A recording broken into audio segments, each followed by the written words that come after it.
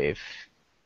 Good morning, good evening, whatever time you're listening. If you're listening to the pre-recorded, if you're listening to us live, it's the evening in the United States of America, and we are doing the Practical People Roundtable crowdfunding discussion with myself, Christopher Moonlight, and once again, welcome back Shannon Shea, and also Mike Hickey from Fright Hype. Welcome back, Mike. Hey, thanks so much for having me back. And we're hoping that Chad Armstrong joins us soon. Yeah, I mean, Chad should be here. I think Chad was more confirmed than I was, so I'm sure he'll be here sooner than later. Interesting. Oh, I see what's going on. Sorry, I had a lag? There was a lag for a second, and I realized that I had a window open to the broadcast as well, so I was hearing myself. Ah, okay. So, yeah, I apologize to anybody who's listening for our technical difficulties. This is our first time using Google Chat, but we're going to have a good time tonight. We are being a roundtable. Instead of being the host that asks questions, everyone's going to just kind of go around and either talk about what they want to talk about or ask questions of one another. And we are all here because we have crowd-funded projects that we're working on. I'm very excited about your project, Shannon. The Phantom Harbor is, it's not new. You are bringing it back, and this looks like a hell of a lot of fun. And this is a family-friendly kind of horror-themed thing that you're doing. It's unfortunate because when people ask me what it's like, I always say it's like Mystery Science Theater or Pee-wee's Playhouse with monsters. And then, wouldn't you know, I launch my campaign on Tuesday, the same day that Mystery Science Theater launches their campaign. Oh, no. So they got funded in 2 days for $2 million. 2 days. Well, you know... And listen, I mean, built-in fan base. I mean, I'm a huge fan of the show. You know, I mean, who isn't? You know, I mean... Yeah, no, for sure. So... All I can say is I don't think that Joel Hodgson didn't make any money on the licensing of that show. That's all I'm saying. So that's one thing about crowdfunding. It's difficult enough as it is, and I suppose it's nice that there's fans can bring something back that was big, and but at the same time, if you're Spike Lee or you're who is the other one? Zach Braff. Zach Braff, yeah. It's like... Or the Veronica Mars movie, right? I mean, that was the one that really started people kind of giving the dirty eyeball to crowdfunding when, it's a bunch of television producers and movie stars that get together to bring back a show that the fans want. So instead of going through the studio system, they said, screw the studio system, went right to the fans, and the fans paid for more Veronica Mars. So it's just... And listen, hey... The fans wanted it, and they're willing to pay for it.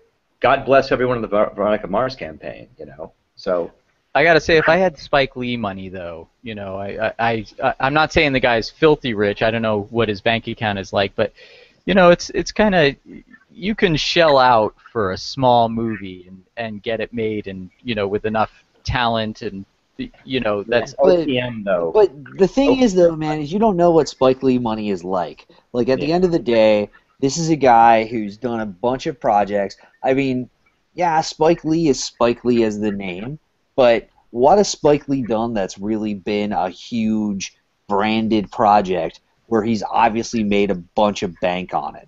Like, right. And when was the last time that? And if he did have something that you would call that, when was the last time he did it? So you think about a person's living expenses over X number of years and stuff. Like, people think about, oh, Spike Lee shouldn't be doing this. But really, why shouldn't Spike Lee be doing this? Yeah, exactly. Really, at the end of the day, Spike Lee, probably doesn't have that kind of disposable money to throw at another feature project.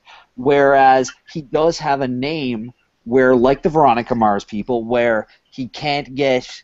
The fans want something, but he doesn't have the money to, but the studio isn't fronting the money for it, and he doesn't want to go out of pocket on it. So he goes to the fans and says, hey, if you want this, show us that you want this. And I mean, you can't fault the guy for that. You can't fault Zach Braff for that. You can't fault Veronica Mars, Rob Thomas, and those guys for that.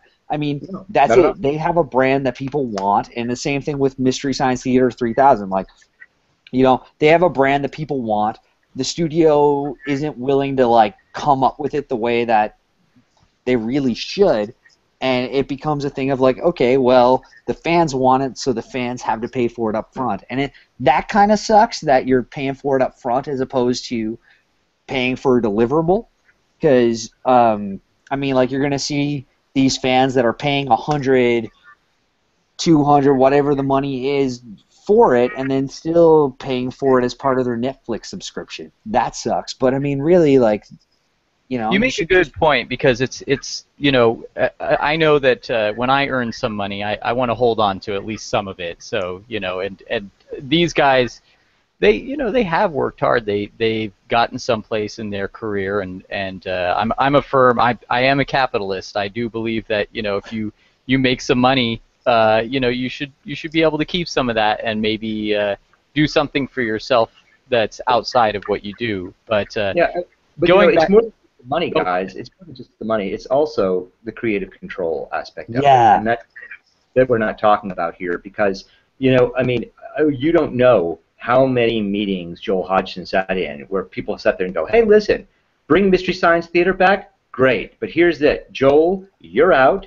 We're going to put a 25-year-old girl sitting in the chair between the robots, and it's going to be, sexy fart jokes through the whole thing, and all we're going to show are movies that were made post-1990. And Joel will go, well, that's not Mystery Science Theater. Well, that's our Mystery Science Theater. And then what do? They have the money. And so you have to decide, am I going to sell my soul for the cash, or do I say, screw you, and I'm just going to go crowdfund it myself so it can stay pure? So I think that the same thing with Spike Lee. Spike Lee, if nothing else, is an artist as a filmmaker. And it's about compromising. He doesn't want to do that. Right.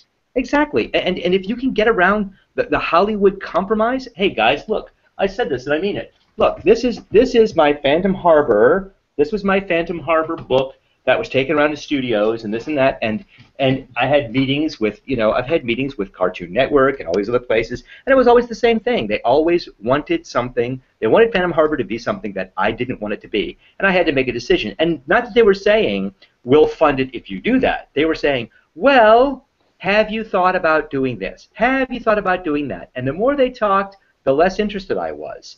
Because, again, you have to sit there and say, I came up with this, and now I'm letting you take it, put your big fat fingers in it, mold it into something that I will not have fun doing, but there'll be a paycheck. So what's the point of that? If it was something where they called me and said, hey, Shannon, we're thinking about doing this show. It's called Junkyard in Space. We want you to come down and talk to us about, developing it. That's different. That's their project. They're inviting me to come in and talk about theirs. But something when you're saying, and like they know better than you. They don't know any better than you. It's just that's what they're comfortable doing. So it's a really good point, because I remember Alec Gillis of Studio ADI talking about a project they had with, it was kind of, he described it as kind of like a puppet version of a Beavis and Butthead type thing, and he and Tom sat in on a meeting with some producers, and suddenly he was sitting with the Kyoto brothers across the way from him, and they were kind of uncomfortable because they realized who Tom and Alec were, and that they had kind of all been brought together, and suddenly they were talking about, well, what if it's not puppets? What if it's little people and we just put makeup on them? And Tom and Alec were like, well, we wanted to do it as puppets. That was, the premise of the show. And so, yeah, the stories are the same all over. I know, especially with the Quantum Terror, my lead character is a lesbian, and there's a lesbian romantic relationship that is centered in the movie, and it's not a gimmick. It's not like to go like, hey, whoa, look, lesbians or something like that. It's a sincere story that I thought would be very interesting to tell. What if a couple in a same-sex relationship found themselves in some weird creature situation? And all these interesting things started to happen in the script. that I just knew if I took it to someone, because it's happened to me before too, they would go, well, we don't think there's enough of a market for a lesbian hero, maybe a lesbian tragic figure, but not a lesbian hero, and maybe if have you thought, develop it more, and maybe we can take the script to Dwayne the Rock Johnson or something like that. It's I mean, believe me, if someone offered to take a script to Dwayne the Rock Johnson, I wouldn't be averse, but or there was another script that I wrote that I took to a producer, and it was about an old giant robot soldier who finds himself stuck on this planet with this 13-year-old girl who wants to be a robot pilot as well, and he has to kind of mentor her, but he's kind of crusty and cranky. And the producer's like, well, you can't do that. And I was like, why not? And they're like, well, everyone's going to think he's a pedophile. And I'm like, can we even tell a mentor story anymore without someone wanting to be afraid of that thing? And it's absolutely. But anyway, I don't want to get too negative. What I would like to do is kind of take this opportunity as well to, if anyone's listening who hasn't seen Shannon, your Kickstarter campaign or my Indiegogo, to talk a little bit about exactly what it is. What is it exactly that you're doing, Shannon, right now? What is the Phantom Harbor? Phantom Harbor, like I said, it is Pee-wee's Playhouse with monsters. I mean, the format is it's and the time, we're probably going to condense it smaller, because our shows used to run about 15 minutes. And we're going to try to get lower, smaller. But the idea is that it's like a variety show. There's a through line, a very simple story that has a beginning, a middle, and end, 3 acts. And in between the 3 acts, there are little features. Like there's, we like to have little, haunted music videos. Or, the last, one of the last things I shot was something called Craftin' with the Captain. And I did that seriously just before I took this out to meet with executives, because I would show them that video and said, see, the captain can teach you, little creepy little haunted things. So it's like a little variety show. And, we would introduce more characters and this and that. The problem is that the show scope kept getting bigger and bigger and bigger. The budget wasn't getting any bigger. It was all out of pocket. I was shooting most of it in my garage. And I, after a while, I just said, you know what, I have to stop. Until I can afford to do this properly, I've got to stop it. And then I had that, like a case in point. This is in the Kickstarter campaign. My Goblin. The Goblin character was literally for just the pilot episode. So I shot it, and it was terrible. It was 2008, It was before, 2D computer graphics were as good as they are now. It was awful. And I admit it, it was really awful. It was an experiment. But so many people responded to that design. I had so many people going, oh, God, I love that creature. What is it? What is it? And I would explain, and I'm going to do a Kickstarter update, but I'm going to give you guys a little heads up first. That design came from 2 things. One, I'm from Louisiana, and when I was a kid, often television was preempted by hurricane watches. And the hurricane symbol, that circle with the kind of 2 tails going off in 2 different directions, was always creepy to me, because it was almost like a giant monster was coming ashore. It was like, Hurricane Camille will, hit landfall tomorrow morning at 10 a.m., and then it would come and just tear through the city and flood everything. So that symbol became like really kind of, on a subconscious level, really frightening. That always scared the shit out of me. And here's the other weird thing. Pinocchio. If you watch Pinocchio, the original Disney Pinocchio, that's a creepy film. That movie's terrifying. They're on Pleasure Island, and they're turned into jackasses. And there are these things. They don't talk about them. They don't even really make a lot about them, but they're these big black things with these glowing eyes. And they're not people. They are definitely monsters that are grabbing these donkeys, these children turned into donkeys, and throwing them into cages. When I saw that as a kid, that freaked me out. So I took these 2 things that freaked me out as a kid. The hurricane symbol, which became the goblin's head, and this kind of hulking body from Pinocchio that became the body, and I just combined the 2 of them, and that creature became, he's kind of transformed from this kind of frightening figure. Now he's kind of like, I don't know, Lurch, You know what I'm saying? From the Addams Family. He's just this big goon, but everyone loves him. You So had a fan of yours cross-stitch him. oh Uh, yeah, yeah. Christine Rose, who was a fan of mine from Gonzales, Louisiana, who by the way cross-stitched me one hell of a slee stack. I And I know saw that that sounds too. weird, but I'm telling you, I have a slee stack puppet that Christine made, which is amazing, amazing.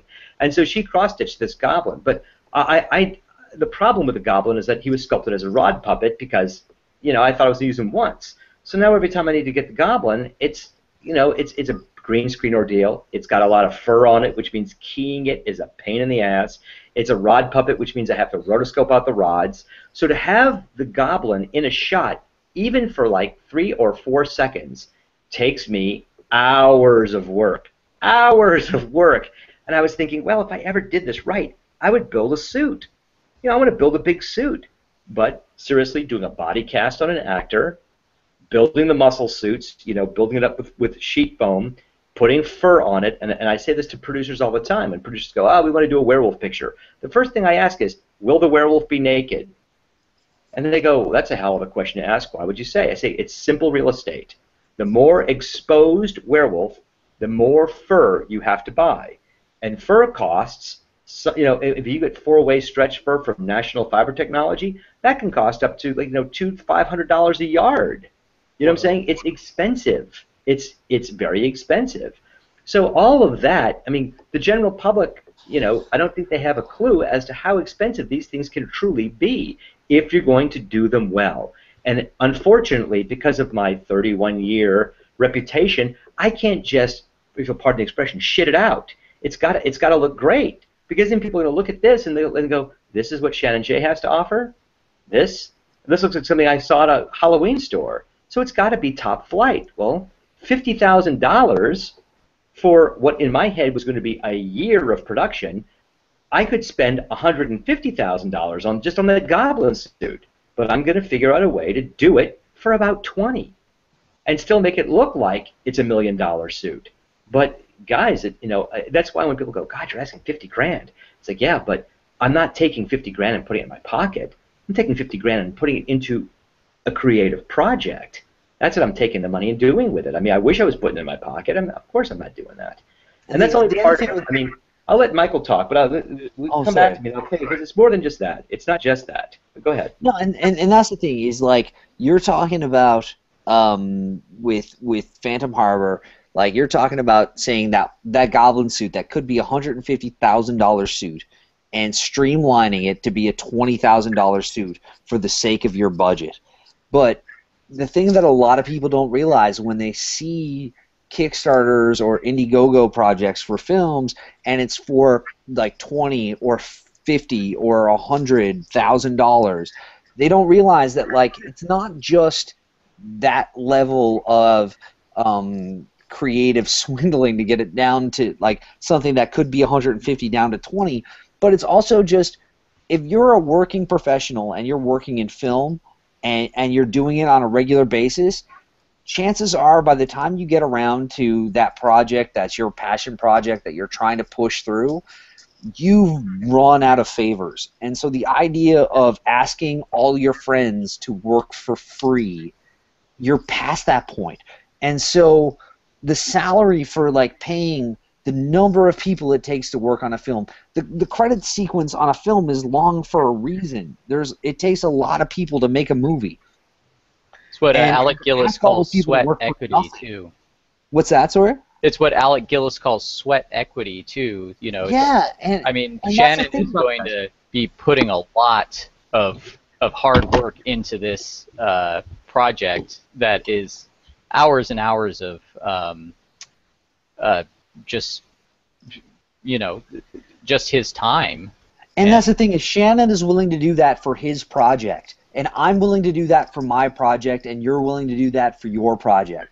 The thing is that at the end of the day, not everybody that's going to work on that movie is willing to put in that sweat equity, and they want to see something that's going to pay their rent or feed them, Yeah. And that's the thing, is that I'm at a point where I'm really fed up of like going out with my hand out to my friends and being like, hey, can you work on my movie for free? I can't do that to people anymore.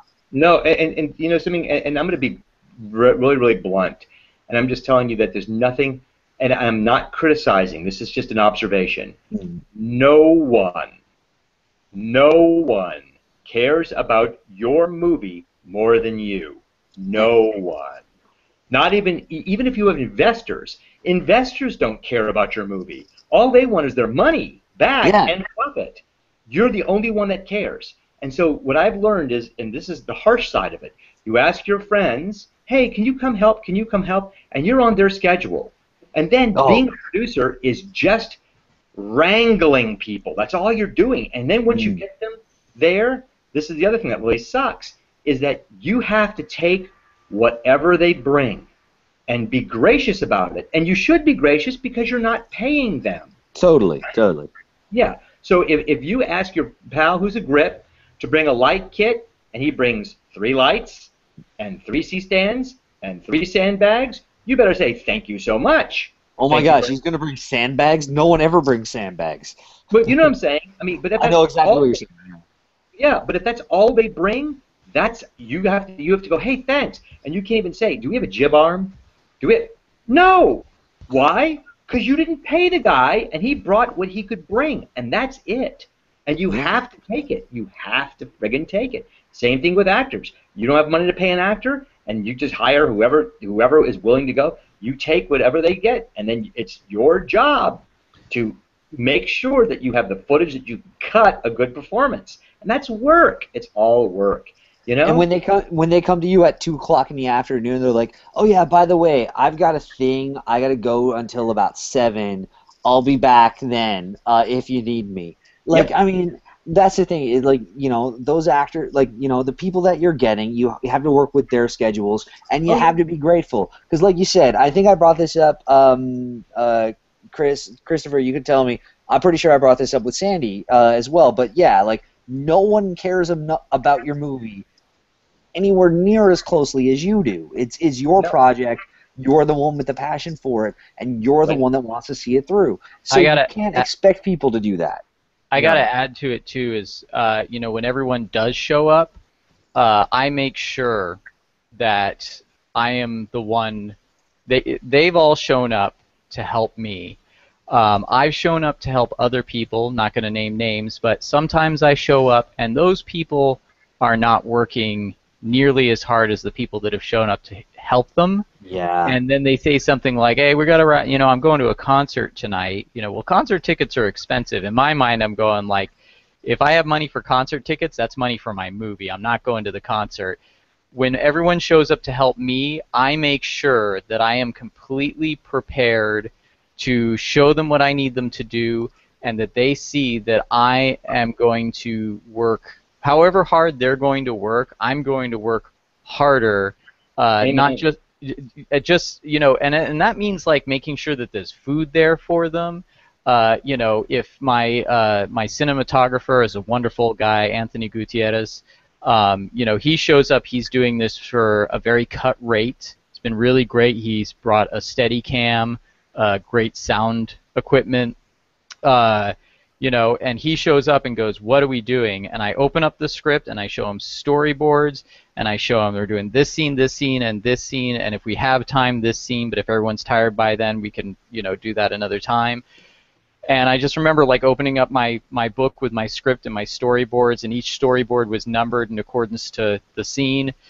And I was like, "Are these okay?" And he looks at me and he's like, "Do you know how many people have shown me storyboards in my career?" And I was like, "I don't know, 5, 6. He's like, "You're the first person. This guy's got a 20-year career." Yeah, and, well, that's true. And this was, and it was a moment where I saw that he really did not regret working at a cut rate, driving out from Dallas, which is 3 hours from here. He saw that I was not wasting his time. And I think in terms of the people that come to help, whether they're working at a cut rate or as a volunteer, or if there's someone donating money to my Indiegogo, you know, I do regular updates. It's very important to me that people who contribute in any way to the Quantum Terror know that they are not wasting their time with me. I am working really hard, and I am going to see this movie through, come hell or high water, which we've actually had. We've had floods here. In the last this big cloud just came and stayed over us and filled everything up with water. And I gave an update about it, and I said to everyone, like, hey, it's a setback, but we're still making this movie. So I think we can all agree that there is no wasting of money or time in anything we're doing. We're going to make sure that for every penny that goes in, we're going to do $100 worth of work. At least that's kind of the philosophy that I have. I think anyone that is serious about doing anything, any independent thing, feels that way. I mean, this is what I don't get. This is something that I haven't gotten for years. Is that I remember when.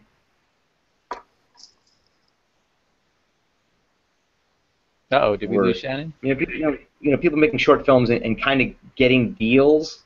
I mean, we always heard, the guys that made 405 got a deal. I have no idea who those guys are. Maybe they came up with a Fast and Furious franchise. I don't know, but they got a deal, whatever the heck that was.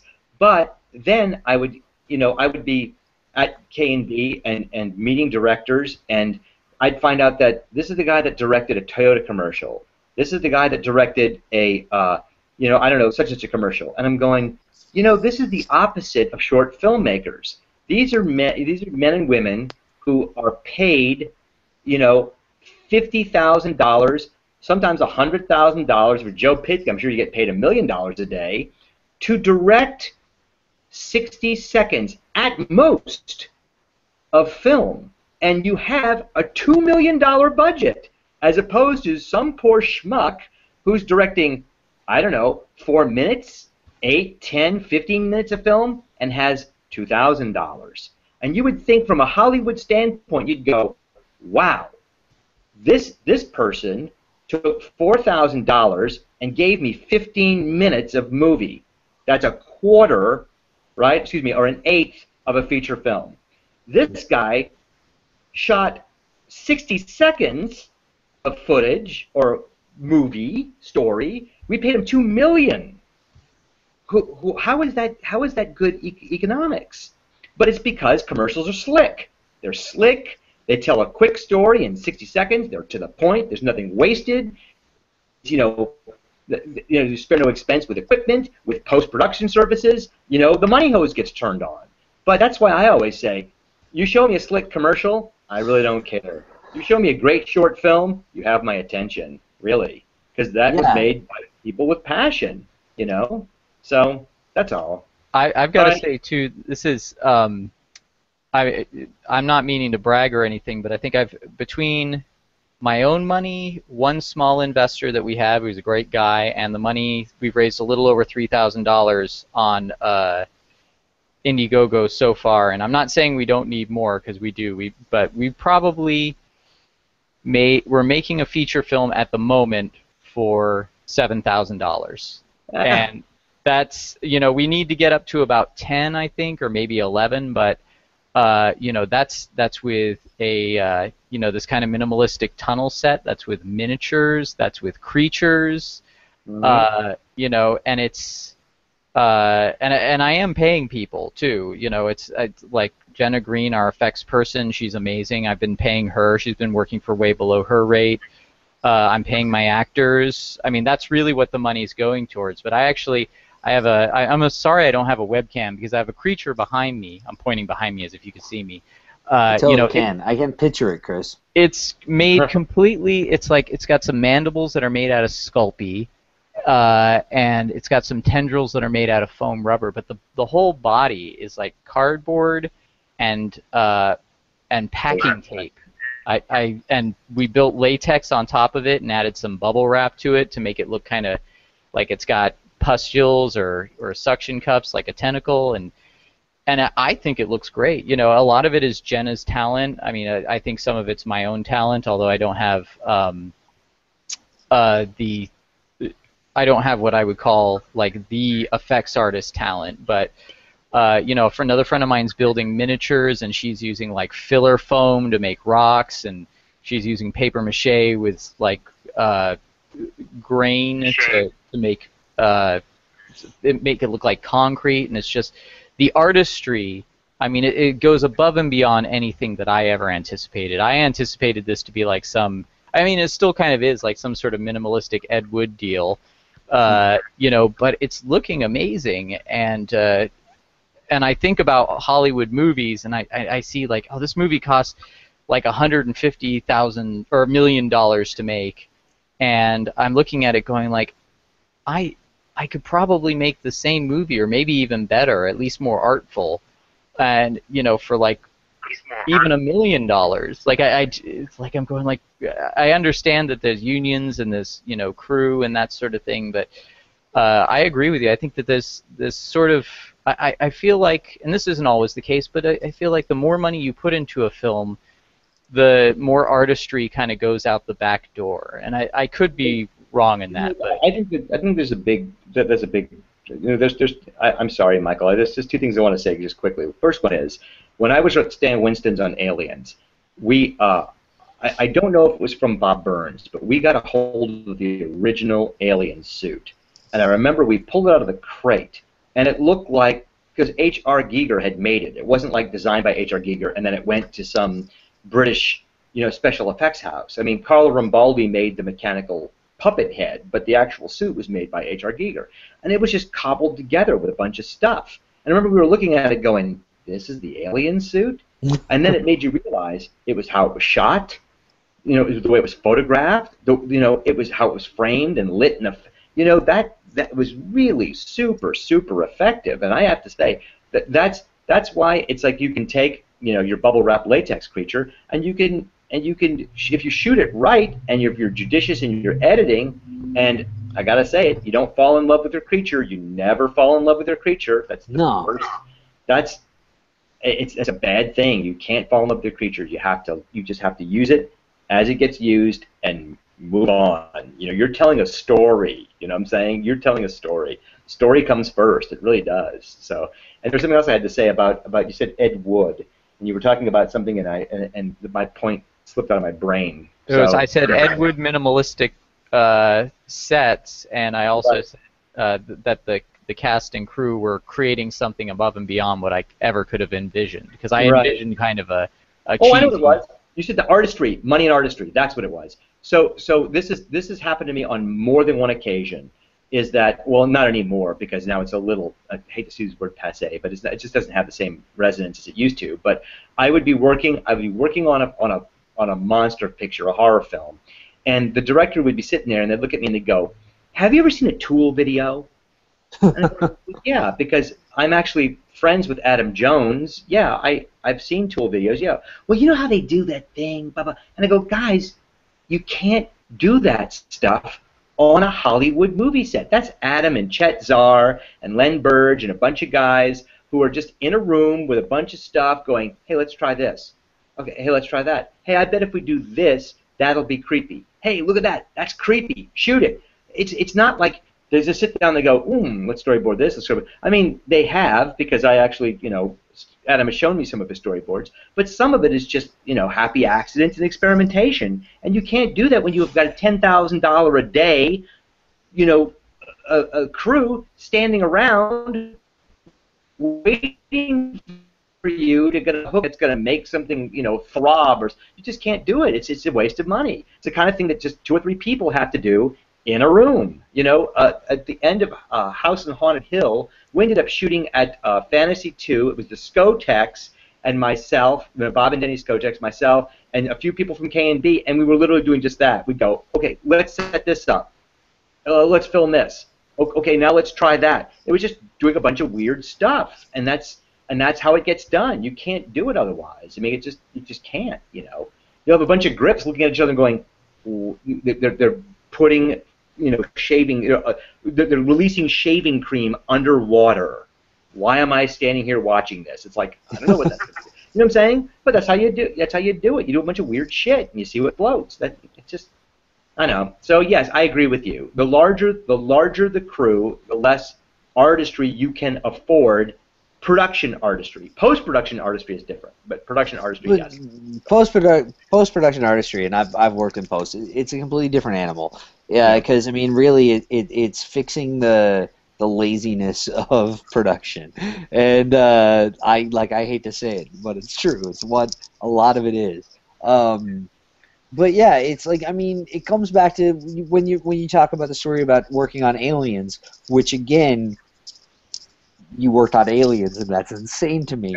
But like when you talk about it, it goes back to that cliche about Jaws. Like, what made the movie Jaws so great? And I mean, Jaws is a note perfect blockbuster in all those senses. But what made that movie great is that the fucking shark didn't work. You know, if that giant animatronic shark worked, that movie would be shit. Like, it really would. I mean, but no, it you're was, right. but it's the creativity that was born out of that thing not working, and them going, okay, well, what if we do a bunch of POV of the shark? What if we do this, and what if we do that? It's the creativity that was born out of that and was forced out of that made that movie as great as it is. And I mean, that happens all the time. You talk about, Amen. you know, you talk about these tool videos where you have these small crews working to figure out all this stuff. And yeah, like that wouldn't work with a huge crew because, like you said, you have a bunch of grips they're like, you know, like grips are the dudes who are like on a set. Grips are always the guys who can do whatever you want, but at the end of the day, they're tradesmen. Like, they really are. They're not movie guys a lot of the time.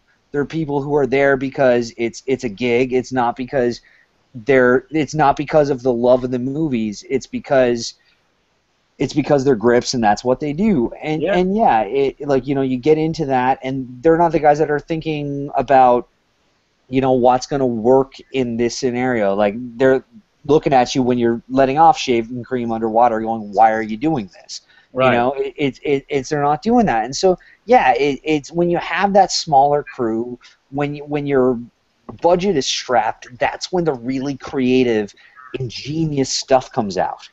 And it's sad that it doesn't happen more. I actually had to go try to find a phone charger to plug in my phone because it's about to die, and that's what's powering my thing here. So well, I got a question for Shannon while you do that. Go ahead. Shannon, what is your favorite, and it's probably something you're using on the Phantom Harbor, but what's your favorite kind of low-budget trick that you look at and go, that's just a bunch of stuff lying around and look at the result it gets? That sounds crazy. Smoke and lights. I love smoke and lights, and you know, and I am a shameless copier of Mario Bava. You know, I mean, when I can't remember which movie it was. It was probably either Black Sabbath or maybe Hercules in the Underworld. But one of those films. I mean, he really lit things like a Basil Gogos' famous Monsters of Filmland cover, and people. I mean, it was so weird that all of us, those of us who grew up at that time and were reading Famous Monsters and looking at those covers, it's like if you look at them, they don't make any sense. It's like there's Vincent Price in the House of Wax. 1/3 of his head is magenta and purple. 1/3 of his face is yellow, and the other third of his face is blue. But what's so great is that it's very theatrical, it's very beautiful, and I am a complete sucker for Technicolor pictures. I love it. And I was watching, you know, God, I'm such a nerd. I am so sorry. I was watching Golden Voyage of Sinbad the other day, and I was looking at the live action and going, the interior cave is green. It's just green. Like, where is that light coming from that's making the cave green? What does it matter? A, it's a movie. B, it's a fantasy. Who cares? It's just beautiful. So I love smoke and lights. That's number one. You get a lot with smoke and lights. That's number one. The other thing I love the old trick of shooting a photograph of something, blowing it up, printing it big, and gluing it onto foam core. That's a Skotech trick. Like, if you need to make buildings, like you take a picture of a building you like, you know, you do it at a time of day where there's, you know, and then you literally take a picture of, you know, and then you blow it up and you put it onto a piece of foam core and it looks like a real building. It looks like a miniature. photograph. You know? We did that in our tunnel set, um, and I've just hung. I found these styrofoam insulation sheets and literally glued cardboard to the tops of them that I folded over and staple gunned it to the drywall, the ceiling of my garage. So the tunnels are literally styrofoam sheets hanging, and Jenna and I just went in and mixed sand with gray primer and painted all these styrofoam sheets, and then we just went and flung different shades and dry brushed and everyone goes in there, and like I have to remind people not to lean against the walls because they're not concrete. You know, people trip against them, and I'm like, oh crap, they're gonna knock over my set. The idea was it's such a low budget movie. I didn't want any liability building a set that like a piece could fall over and flatten someone. But as a result, I have a set that like my 4-year-old daughter could just run full speed into and knock the set down. So Well, it's the Uh-oh, did we lose you? I was shooting my Rescue from Gekaniki Island episode of Phantom Harbor. And I love those puppets, by the way. Oh, thanks. I needed a cave. I literally needed a cave. And I was like, shit, I need a cave. Because I had shot, believe it or not, all the live action. And the cave walls were literally, I bought a roll of butcher paper from Home Depot. It cost me like $14. I tore off like 5-foot sections, crumpled them all up, opened them all up, taped them to the wall with masking tapes like boulders and stacked them on top of each other, painted them all, stuffed moss into the cracks, and I made the live action cave that way. There's a photo of that in your on your Kickstarter, right? Or it was in the video. You see a picture of me taping those up on the wall. Absolutely. Yeah. But it wasn't enough. The set wasn't big enough, so I needed to do something else. So what I ended up doing was literally taking a foam core and making a foam core box, crumpling up foil and stretching it all out and making it look as much as like the set that I could, miniature.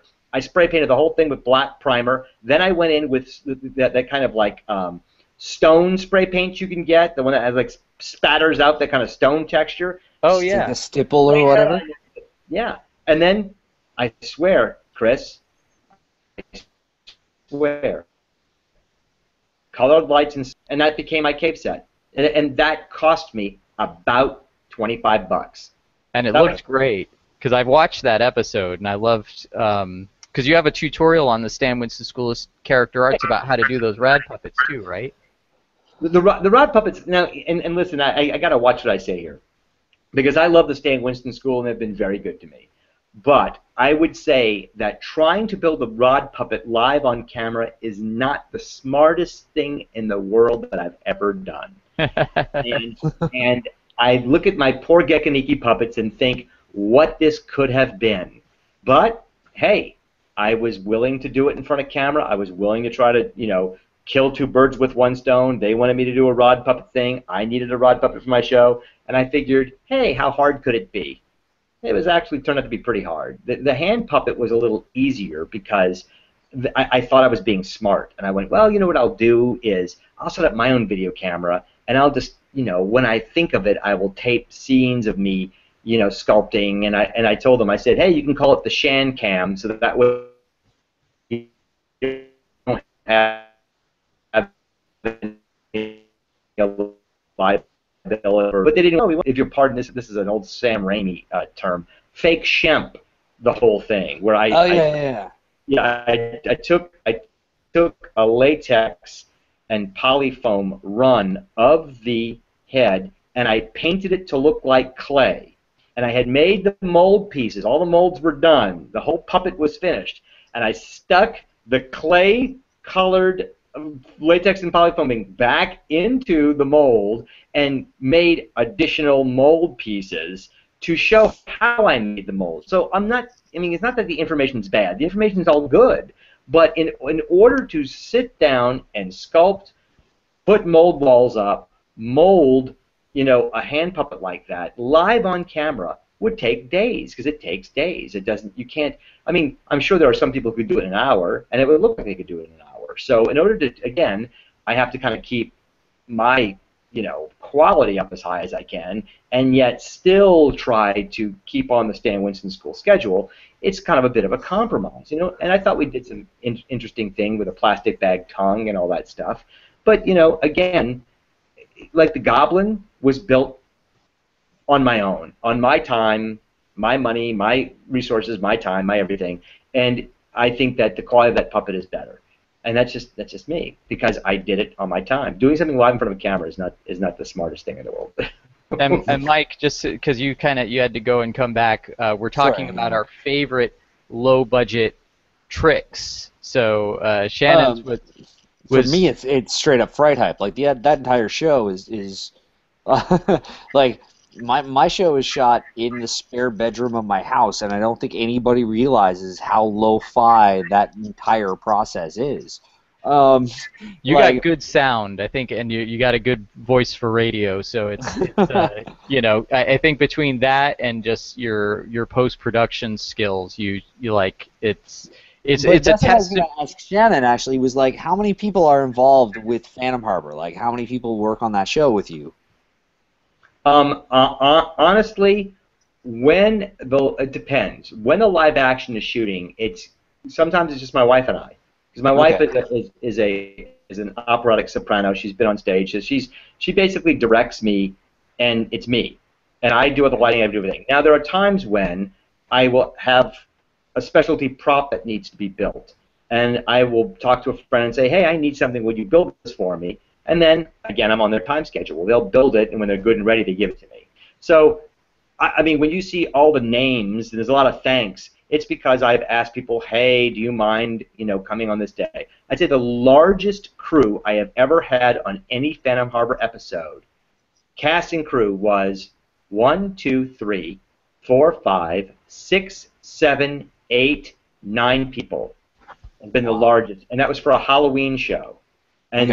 And it was, I don't think all 9 people were ever there at the same time. Like, we shot one sequence and 3 people were there, and they would have pizza and they would all sit down and they would leave, and then another 3 people would show up and would shoot another sequence, and then they would leave. So it was never like, I've got a 1-car garage that was built in 1923. It probably held, I don't know, Model T. You know what I'm saying? It's like, there's just no room. There's no room. I mean, people were sitting on the patio, like a green room, waiting to go on. I would have to go, hey, guys, shh, we're filming sound in here, because out there talking and smoking and, having beers and stuff. It's like, I can't.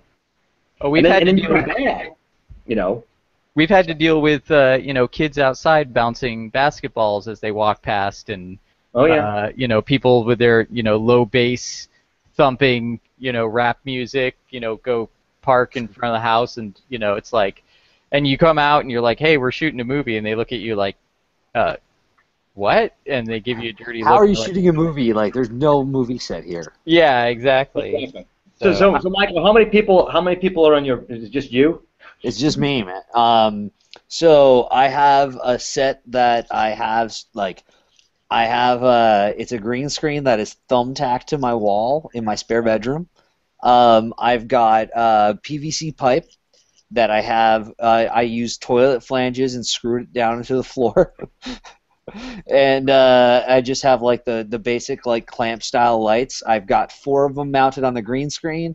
I've got a 2-point system on me, plus another light that I use as like a moonlight like hair light kick, and that's like screwed into the wall. And that's my entire setup. Like, I drop the boom pole. I drop the boom down into frame, and then I use that to set focus, pull it back up, hit record, run into frame, record the episode, and then go down when it's done and cut it myself. So yeah, it's all me on it. It's a ridiculous process. I keep saying if I ever clean up the room and do the laundry that's like built up around me, as like each week there's more and more laundry to the sides of me as I shoot. If I ever get all that done, I'm gonna like do a Periscope or something and actually record the process. But right now the room's too dirty and messy for me to ever actually show anybody what it looks like. I've done that for update videos too, with just setting up I have a monitor, and I'll like literally run back and forth and keep focusing the lens until I can step back and I'm like, okay, I'm in focus now, because I literally have nobody to, and I've got I don't have a boom pole, I've got a paint roller stick. Nice. I I've done that too. Yeah. I've drilled a hole in it and I stuck my shotgun mic into it, and just have an easel that I can raise up really high and stick the paint roller stick into it. But I wanted to say my favorite low budget special effect trick is reverse photography, which Shannon, I don't know if you were present for the filming of the facehugger sequence in Aliens. No, they shot that in England, and I didn't get to go to England. Oh, bummer. That scene, I'm sure you know how it was done. Yeah.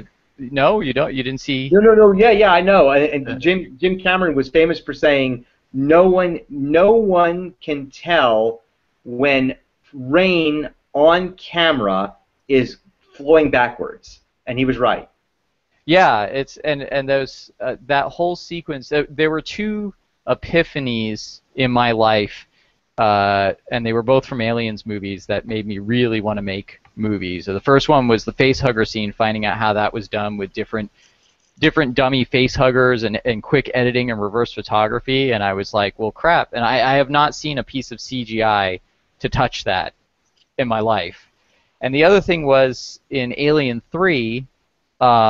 It was like, I'm not actually a big fan of Alien 3 as a movie, but the effects, between trying to figure out if the torn apart Bishop was an animatronic or Lance Henriksen in makeup, and realizing that the alien that was chasing them around was a miniature rod puppet. Like, I'd never heard of rod puppets until then, and then I saw these puppeteers working this rod puppet, and it just blew my mind, and I was like, that's it, I gotta, like, I ran into my garage and I started grabbing like chicken wire and paper mache and like the Halloween skull, and I like cobbled together my own paper mache alien. I was 16 years or 17 years old at the time, and it looked awful, but it was still like, I was like, these guys are doing it, and like they're not too much, maybe 10 years older than me. Like I'm gonna just start doing it, and much to the chagrin of my parents, who thought I'd be better as an orthodontist or a lawyer or something, God knows why.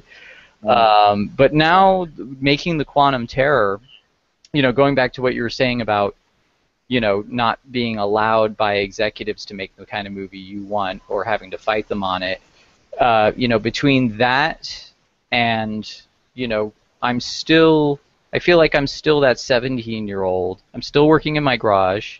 Like you say, Shannon, it's a magical place to be. Garage, I'm a huge fan of garage stuff. I'm huge. And I'm still working with materials like from Home Depot or stuff that I have lying around. I mean, I'm consuming all the things I've collected over the last 10 years. They're all being thrown into the fire of this project. But I'm kind of making, like, my, Neil Blomkamp's making Alien 5, and I'm kind of making, like, okay, I can't make an Aliens movie, but I'm making the kind of movie that I would make if it was an Aliens movie. And it's like I'm throwing in all of these things. I think this is really the magical thing about this project for me, about the Quantum Terror, is I'm throwing in my life experience into this movie. And I'm not saying I can't do that with other movies. I definitely can. I've got the keys to so many doors that I as Stephen King says, and more doors than I can open in a lifetime. But it's like I'm throwing my feelings in about what I see young people in society kind of suffering through at the moment, and they don't even know they're suffering through it because they don't know any different. But we all grew up in kind of a pre-internet era, so I think we've got a little frame of reference, and I want to say something about that. And I don't want to preach it, on Facebook. I want to make a piece of art that says it. And I grew up with a lot of friends who were gay and lesbian, and they were human beings to me. They weren't stereotypes like presented on television. So I wanted to make a piece of art that kind of represented a lesbian character as a human being. And I'm way into quantum physics, how bizarre a science that is, and the implications of what it says about the reality that we live in. And I found that it all kind of tied together into one commentary. And I know if I took that to a producer or Hollywood, they would just look at me and go like, you're just like, how can we market that? And so the fact that I've been able to take so little, and have the help and support of people who know what this project is and have read the script, and have heard me talk about why I'm doing it and why I'm passionate about it and why I need to make it. And it's not anymore just an issue of, and you guys are absolutely right, no one will care as much about your project as you do, but to have people say, my lead actress, Kristen Kochel, was like, I love this movie. I'm so happy to be a part of this movie. She's working below her normal rates too. And she's like, I've never seen anything like this. And I really believe in this story. I think it's a really important story. And I'm not tooting my own horn here, but it's really touching and encouraging to hear that, and to have Jenna Green, all the people who are working on this story read this script. And I keep saying to myself, like, what is it, like, they must really like me that they keep showing up.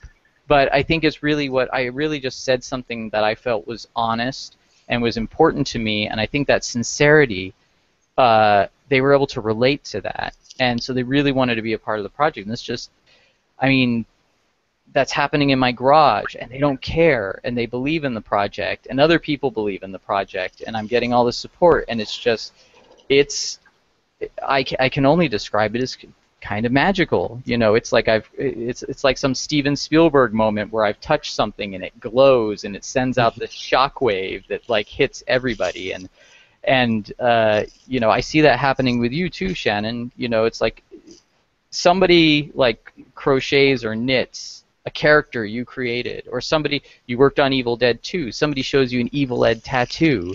It's like you tapped into something. Yeah, well, I mean, it's interesting because I think that, and I don't know, the one thing about Kickstarter, because I mean, we've been talking about a lot of stuff, and this is my first time I've ever cried, and reason, and I'll be honest with you, the reason why I've never crowdfunded anything in my life, I thought to myself, if I can't get this owned, then it's not worth doing. You know what I'm saying? And I really thought that. I really did. And listen, this, I mean, last year, this year it was Turok. I mean, go into it because we'd be here all night. But that's what two of my prints. Well, I mean, in a nutshell, I was thinking. I was just sitting around thinking one day about the not Turok Dinosaur Hunter, not the video game, not the 2008 animated movie, but the old 1950s, 60s, 70s, 80s comics about two Native Americans. Actually, they were two Mandan Indians who are in a valley of dinosaurs and cave people who are trying to get home. And I literally thought to myself, you know what? Native Americans, gaming tribes have money. I mean, they do. They've got casinos. And through my work at Cinema Makeup School, one of my students happened to be a Sequan, and we talked, and I told him about the idea for Turok, and he said we should take this to the tribe and talk to them about putting money into it and trying to develop it. Because I thought, what better way to bring the story of two Native Americans than to have the Native American, a tribe, because you can't get all of them together, but you can get 2 or 3 of them together behind you saying, we want to make this movie. And they were interested in making the movie, but the money never came. And I have been told 800 different excuses, and I really kind of don't care, because the way I look at it is, if it's meant to happen, it will happen. If it's not meant to happen, it won't happen. So watching Alec do his Kickstarter, and he was very fortunate and got funded. Watching my friend Kevin McTurk do his Kickstarter, he was very fortunate, he got funded. My friend Mike Spatola, who did the book The Monstrous Makeup Manual, which are a great series of books, he got funded. But then watching my daughter not get funded, Sandy Colora not getting funded twice, not just once, twice. A lot of people struggling through Kickstarter, and I was like, do I really want to do this? And I thought to myself that I would never do it just for a project. And I'm not saying it to be an asshole. I'm really not, guys. Because I know when something's highly personal to you and you want to make a piece of art and you just don't have the resources, and if your friends and family and their friends and family will support you, God love you, do it. And, you know, I hope you get to do what you want to do. But I was thinking, because I am a teacher through the Stan Winston School and through Cinema Makeup School, and I've met a lot of really creative young people. And there's two things that I've realized. Number one, if you're trying to teach a syllabus, either at a school or through a video, you really don't have the time to really teach someone the subtleties of what they really need to learn to be a professional. But again, the same way that you can't have a school with, you know, 300 students in it, all learning at their own speed, you know, you have to kind of keep everyone flowing through at the same pace, is the same reason why you can't do the shaving cream under the water with a full movie crew. But if you had a small workshop, you could do it. So I was thinking, well, if I put a workshop together and I could start having workshop classes for these dedicated artists that I meet and say, this is how you properly do gore effects. Let me show you from the very beginning. We're going to start with mixing your own blood and what makes good-looking screen blood and what makes shitty-looking screen blood. Start from the very bottom and work your way up. I thought if I could do that while I had Phantom Harbor going on, that the two would work together, because then I would have students, and not obviously gore effects, because these students, most of them I've taught prosthetic effects to and special effects to, and they're really talented, and they all want to know the same thing. How and where do I start? And I thought, well, if I offered them Phantom Harbor and said, listen, guys, you know what? We're almost through with this course. You're hanging out in the studio anyway. Why don't you help me do this? You'll get a credit on your resume. You get to say, hey, I worked on a Shannon Shea project, blah, blah, blah. And it's actually helps you. You help me, I help you. We're helping each other, and we build a community. We build a community of monster makers. You know, I feel the same about animators. There are people out there who make these little animated pictures, post them on Instagram. It's like, hey, bring it to Phantom Harbor. Why don't we make a big deal about it? You know, you have a little story you want to tell? Let's make an animated picture out of it. Let's make a big deal about it. That's what I'm saying. So I had in my brain that Phantom Harbor was the excuse for bringing all these creative people together and bringing them all together to work with each other. Well, all I can say is I am a week and 3/4 into it. We shall see if that community ever gets together. I hope it does, because it would be, talk about magical, it would be frigging amazing. It will be amazing. If I could get it done, everyone's brains will melt out of their ears. It'll be the scanners on a global scale. I promise, heads exploding, coast to coast. There's yeah, you know, one of the things about Kickstarter that I learned, and I think I told you before, I helped out with the Harbinger Down Kickstarter, is you kind of get a nice little start, and then you get this drop off, and you think no one's paying attention, and then at the very end, you know, when that urgency is there, that's when most of them come out. I also learned if you use the words Kickstarter or Indiegogo on Facebook, I learned this from Mike, they actually limit your reach. So you got to find a way around saying Kickstarter when you post about it on Facebook.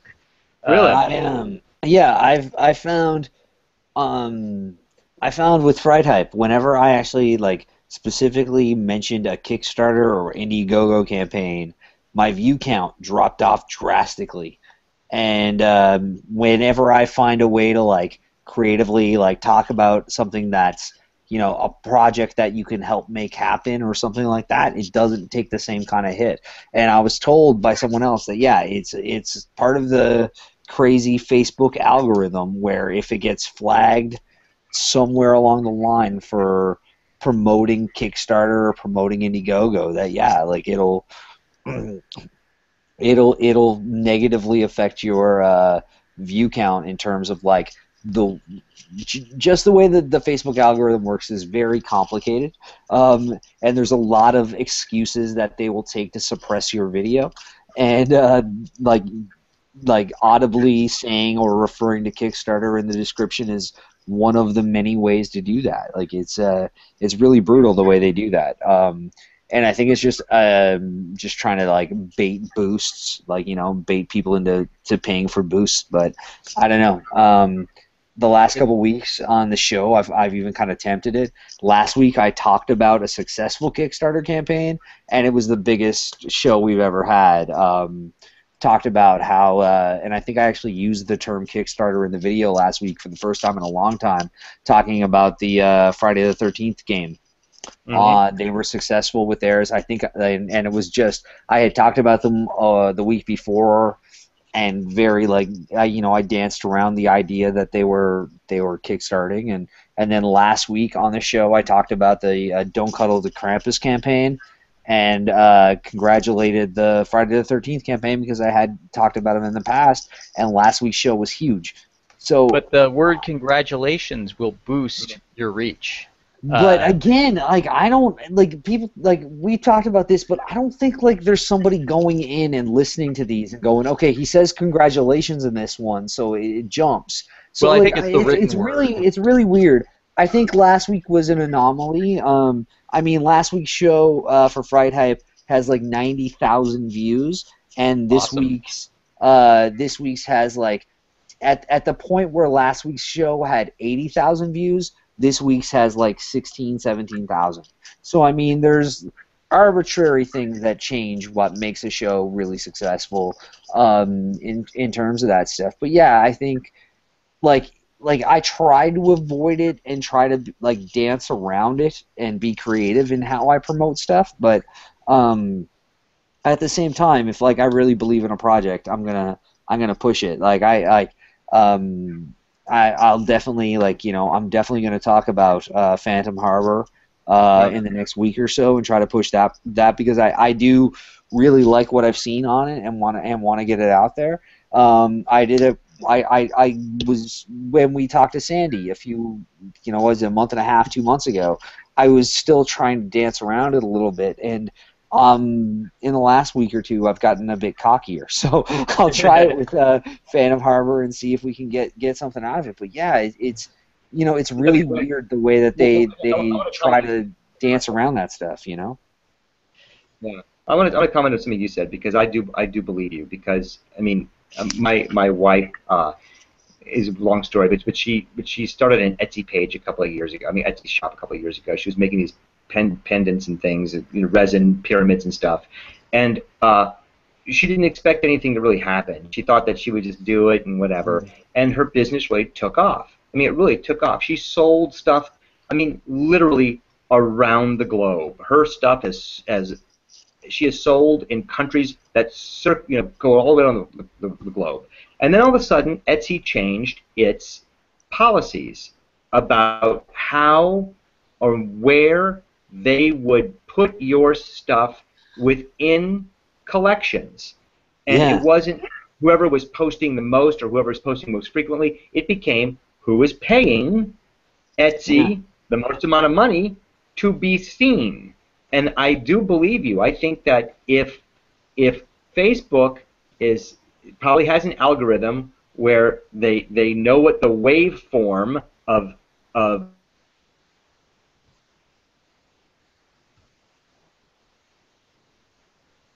recognizes those words, and they do probably limit your reach because they do want you to buy a boost. That's how they make their money. They want you to buy a boost. And I'll tell you the truth, I might buy a boost next week because next week is Thanksgiving, and I don't expect there'll be a lot of people on Facebook not talking about college football. So, I'm going to do my best and try to. And I was thinking, well, you know what? I'll throw $50 down.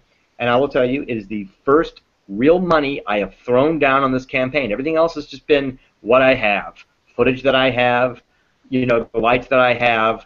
I had latex and stone and everything, and that's why I made the little mini monster masks, which, by the way, and I don't mean to toot my own horn, Christopher, but are effing cool. And whole series of them. I did the Preacher from the Black Lagoon, and I'm going to do a whole series of these because they're just too effing cool. And this is Kickstarter prizes?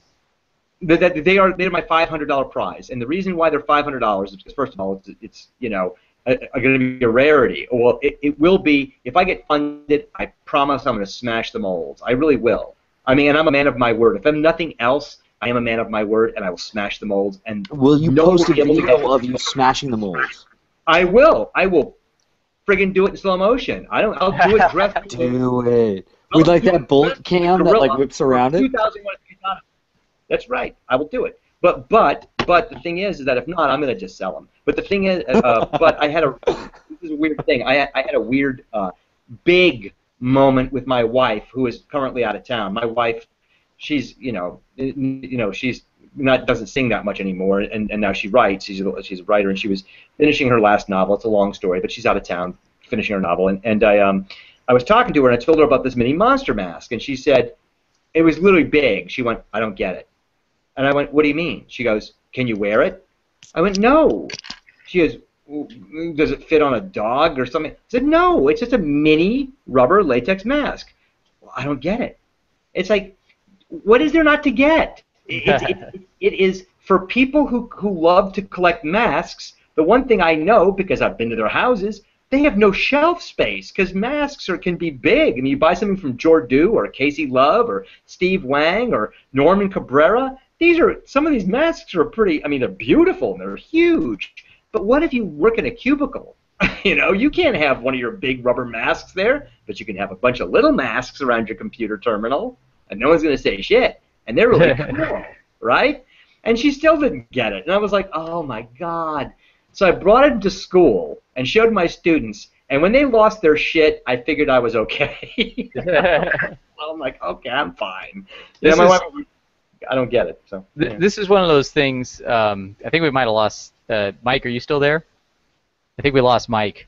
But maybe we'll come back. We should wrap up soon. We've gone overtime. That's okay. But I was going to ask what your favorite Kickstarter prize was, and I think you answered my question.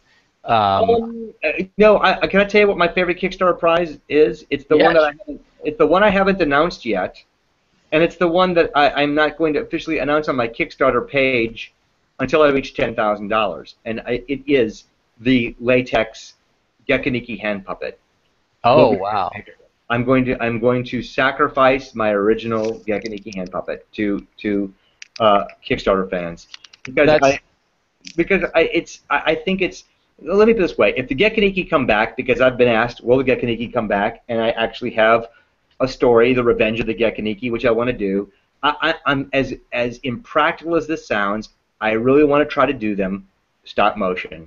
I just think they need to be stop motion. I think it's such a Ray Harryhausen type of creature anyway. These kind of lizard guys. I think they should be stop motion. And we're doing stop motion in our movie too. It's gonna be. It's not the first time I've done it, but it's the first time I've done it to this level. I'm doing braided wire armatures, and I'm actually going to make these female kind of creatures out of my daughter's Monster High dolls. I'm going to make packing tape sculptures of them, so they're going to be these weird surrealistic female creatures that move in stop motion not for a creature effect per se, but for more of a weird dream sequence, because you have to work stop motion in there. I'm going to tell you something, Chris. This is true. Now, I could be wrong about this. I could be wrong, but I don't think I am. Recently, a friend of mine who was about to produce a low-budget film that he actually has some funding for, most of his funding, he said, hey, do you have any advice for me for a low-budget horror guy? What can I do that will make my movie seen by people? And I said, there are two things I believe that you need for any successful ultra-low-budget horror film. Number one is you need just one outrageous scene. Whatever it is. You need one outrageous scene and at least one stop-motion clip in your film. And I'm sorry, when I think about low-budget horror films like Evil Dead, the first one, which had all Tom Sullivan's stop-motion stuff in it, huge hit, or Phantasm, outrageous. Silver Sphere flies into the guy's head and starts pumping the blood out of his body. That's outrageous. Because people will go, God, did you see that scene where that ball knives came out and stuck in the guy's head and started pumping his blood out? That was friggin' horrifying when you were a kid, and it's outrageous. Can you imagine? I mean, can you imagine if there was a mainstream film back at the same time? You know, James Bond had been being chased around by these silver spears with knives sticking out of them. You go, wait, what? You know, but in Phantasm, it was like, holy crap, that's cool. Outrageous. You need one outrageous scene and at least one stop motion thing. And I don't know why, but I think that's the magical formula for low budget movies. We got it covered. We've got it covered. I'm so happy to hear you say that because it's kind of a relief actually. Yeah. I'm gonna wrap this up because it's getting late here and it's really late for Mike who's rejoined us. It's 1:30 in the morning here. Yeah. Dude. So. I think that we all could go on for ages. You could. I mean, I really enjoyed this. This is great. Thanks. I'm glad I made it. I didn't think I was going to. So let's. I mean, I'm sorry. I don't know what happened to Chad Armstrong, who's doing his own movie, which is Dimosamine, and I don't know how much he wants to say or not say about it, so I won't speak for him. But if you go to leglesscorpse.com, which is part of the Crypt Network.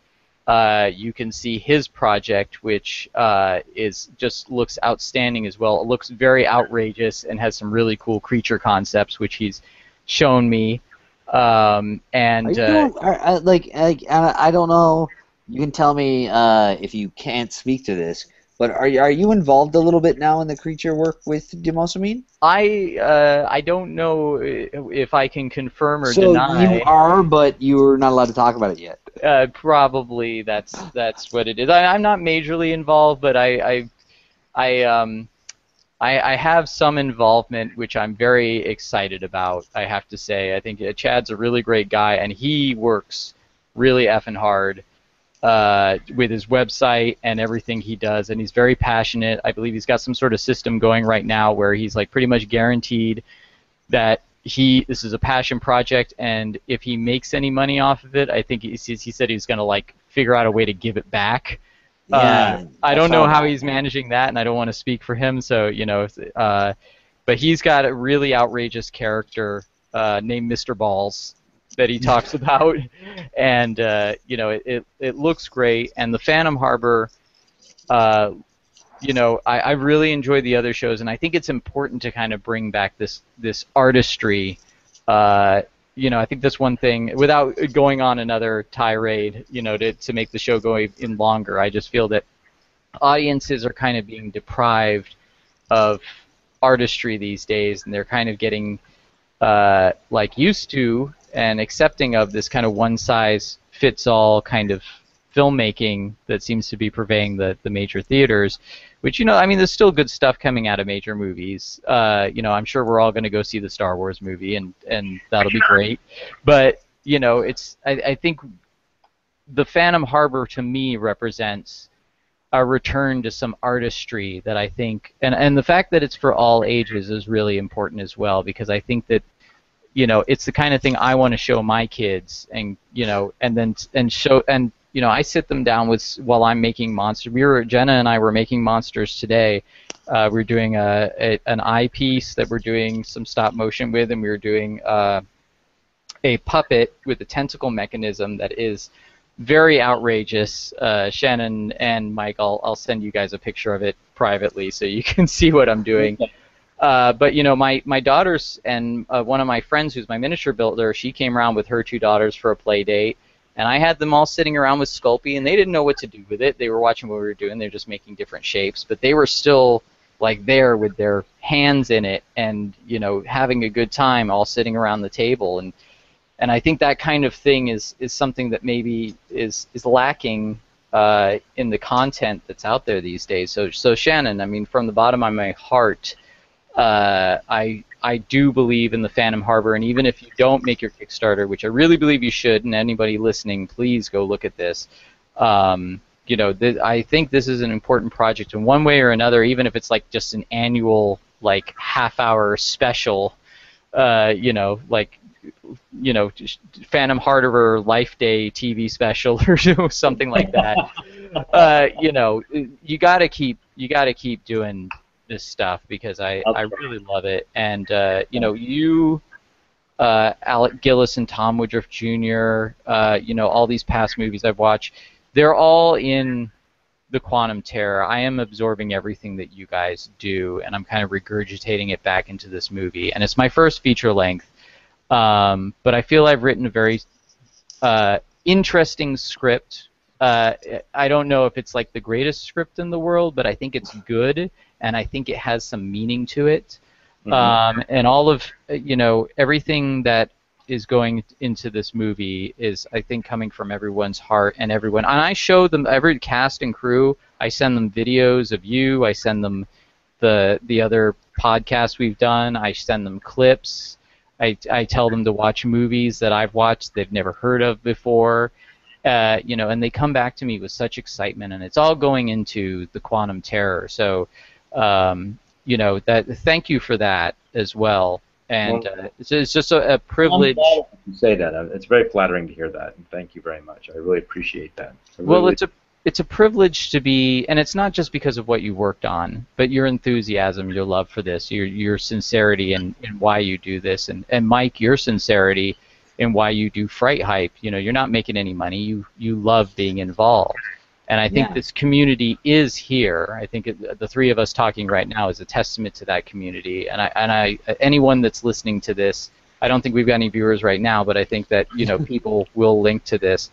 You know, don't be afraid to be part of this community, because I think it was Craig Ferguson who said, you know, there's a birthday and there's a death date, and there's a dash in the middle, and where's that dash? You know, so like, what are you going to do with that dash? You know, are you going to just keep, you know, doing your daily routine, go into the, you know, big blockbuster movies? Go find that undiscovered stuff, because we're there and we want to welcome you. So, but I want to just leave saying this one thing. This is because you said something, and it's true. I you know, I was at a meeting at Cinema Makeup School. We were talking about the special effects program. You know, and I turned to the administrators and I just said, listen, guys, this is the only thing that I think is important. That when a student leaves this school, even if they make the conscious decision to never, ever, ever pursue this professionally or as a hobby, I want them to walk out loving it. So that when they sit in a movie theater or watching television or something on the internet and they see a makeup, or they see a practical puppet effect, they have an instant like connection to it because they know what it took to make it, and they have an appreciation for it, and they want to pass that on to somebody else and go, hey, look, that's a multi-piece makeup. I did that back at Cinema Makeup School, and that's really tough to do. I sculpted this thing and this and that, and suddenly they're involved, you know, and that perpetuates this. That's why Phantom Harbor is for everyone. Phantom Harbor is for everyone because I want to make new little monster fans. Because I was a monster fan when I saw the original King Kong. I was hooked at 3. And you know, I've heard stories about people saying, hey, you know, I showed my 10-year-old Predator, and you're going, why? You know, it's that Predator is not for your 10-year-old. You know, it's for your 11-year-old. But you know, but the truth of the matter is that there's got to be some things that are current, because you know how it is trying to get a kid to watch Abbott and Costello, you know, meets Frankenstein. You might as well pull their out. But it's so good. You know, that makes them, that ignites their imagination, that is still within the realms of being safe, and still makes them go, ooh, that's cool. The head is talking. That's cool. It's like, yeah, it's cool, you know, and it's creepy and it's cool, and I want to put their feet on the path, because I think that it is a sure way of creativity, and I think that that's what hooks us to our humanity, is our creativity. I think that's why I think crimes are committed by people who are out of touch with their creativity in some way. You know, they don't believe I'm a good writer, I'm a good artist, I have anything creative to give this world. People who are out of touch with it, you know, and if more people got in touch with it, I think this whole place would be amazing. We would be in a utopia.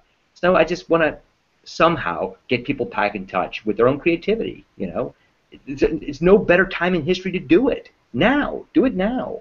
You know.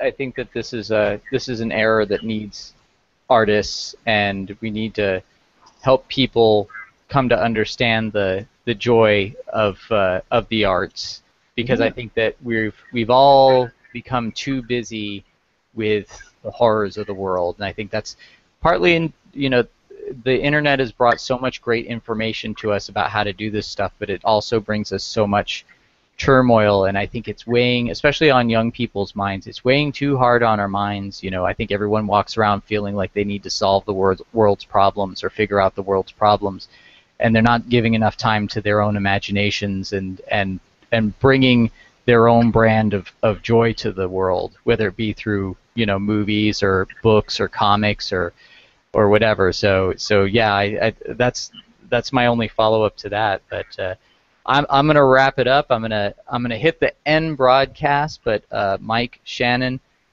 always a real pleasure. And I will say to you, Shannon, as you know, with my Indiegogo, which I met my goal.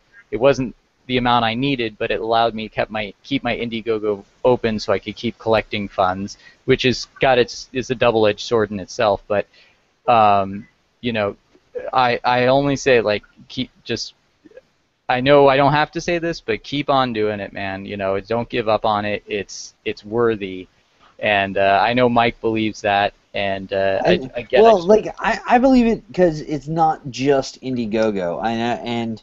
It's not.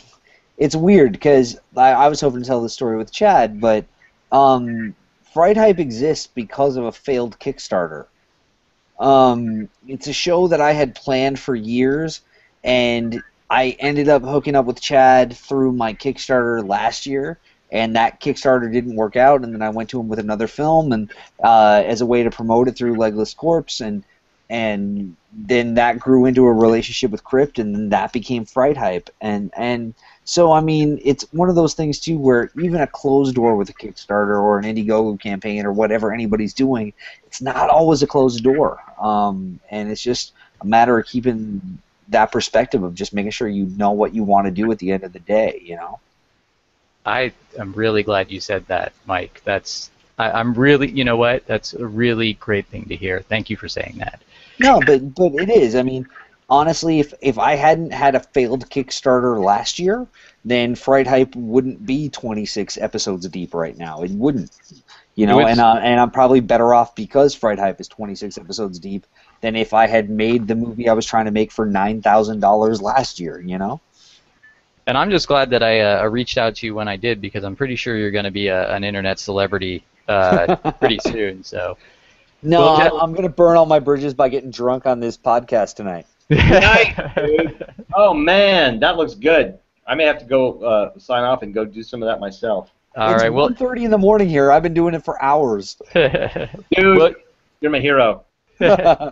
I only finished one glass of wine. Well, it was a margarita before that, but anyway, gentlemen, I will end this by saying to whoever's listening, thank you for your time. I hope you'll check out our campaigns and not just help us out financially, but reach out to us because, you know, there are people who have contributed. They are internet friends now, and the relationships are great. You can be a part of these projects beyond just your financial contribution. You know, you can be actively involved. That's the wonderful thing about it. And I will say, of course, to Mike and to Shannon, I am always at your service. I believe to be a friend is to be of service. No debts required. And so I'll be in touch with both of you, sending you my stuff, and anything you guys need from me, I'm here for you. So thank you so much. Thanks. All right. You gentlemen have a great night. You too. You too. Good night. Nice to meet you there. Good to meet you too, Shannon. Okay, Mike. Take care. Bye. And everyone, thanks for listening to our podcast. Good night.